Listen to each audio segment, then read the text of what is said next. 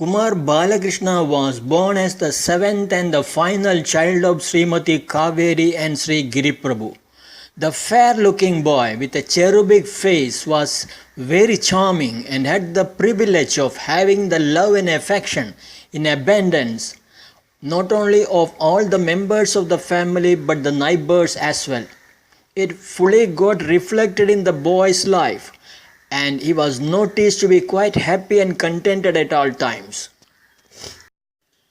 The boy was enrolled in the nearby TD school for primary education and was noticed to be quite good in studies. He also showed keen interest in sports and games that required keen eyesight, strong shoulders, etc. He excelled in native games like andas, that is hitting opponents with a ball, or kato, hitting smaller stick with a baton, etc. Unknowingly, those games might have helped him to pick up yet another skill of aiming at the distant object and bringing it down by throwing a stone or a baton. Those were the days Kochi was full of lush green fruit-bearing trees round the year.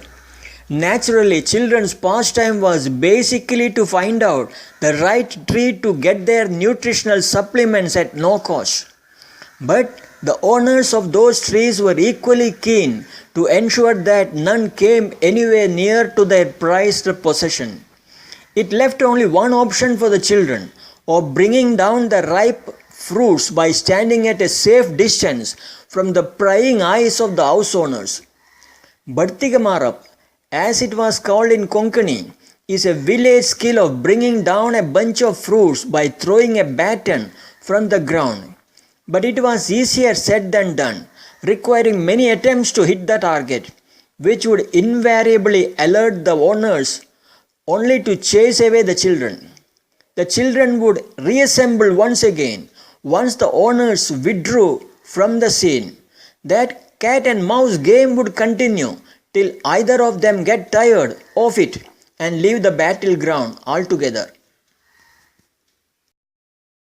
But unlike the other kids of his age, Balakrishna, with his keen sense of eyesight and a pair of strong shoulders, accidentally discovered himself as a good marksman who could bring down the right bunch of fruits with a baton, whatever might be the height.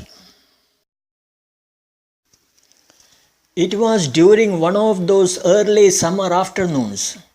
The sun was field testing his arsenal of blazing rays that were to be used to burn down the earthly vegetation during the next 2 months. When some of the children found the classroom a bit boring, they quietly slipped out. For them, their homes were not the safest places to go when lunchtime was still hours away, with parents likely to ask unpleasant questions. They preferred to spend time in the shadows of the huge trees in the neighborhood to while away time and fill their stomach as well. But as if knowing such mischief of the children in the past, the trees also have cleverly tucked away their precious ripe fruits at a safe distance from the ground. But such was the motivation that an empty stomach unleashes. The children were rarely deterred by such heights and had no problem in making any number of attempts of throwing batons or stones at the mango bunches, though they would not be motivated to attempt similar things when it comes to learning difficult topic in the school. But unlike classrooms, time flew like anything for them, and soon they noticed that the streets were filled with children on their way back to home for lunch. Balakrishna was one among them. As Balakrishna casually noticed the futile attempts of the boys throwing baton at the mango bunches, he could not help laughing, seeing them missing the targets by miles.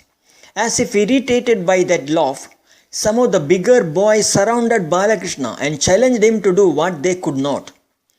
Hesitantly, picking up a stone, Balakrishna went near the tree and had a good look at the mangoes. Spacing his leg apart, he bent backward and hurled the stone at the target. And lo, The whole bunch came down and fell all over the place. The children were shell-shocked and could hardly believe their eyes. Recovering their initial disbelief, one of them rushed towards Balakrishna only to lift him up and shout out of joy. Soon the rest too joined, picking up the mangoes. They were all over their way to Balakrishna's home, with people on the streets looking in bewilderment. At home, Balakrishna's relatives too had no clue why so much noise was made around the boy. Soon the children were found to compete with each other in narrating the unbelievable incident that took place just minutes ago.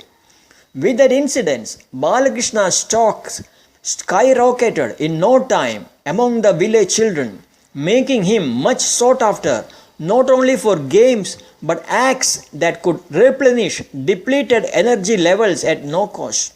For them, his simple manners and reticent nature was an added attraction. As years rolled down, bringing many such fruit seasons, his friends imagined Balakrishna blossoming into a great prospect in games that involved hitting targets like archery, etc. But hardly did they ever imagine that it was also a time the nature was having some other plans for the young Balakrishna. Soon the boy was down with some strange ailments, only to be relieved of his earthly roles that plunged the family and friends in deep grief, leaving behind tons of sweet memories to cherish for years to come. They say the nature scouts for young earthly talents for some big non-earthly roles. That proved right in the case of Balakrishna also.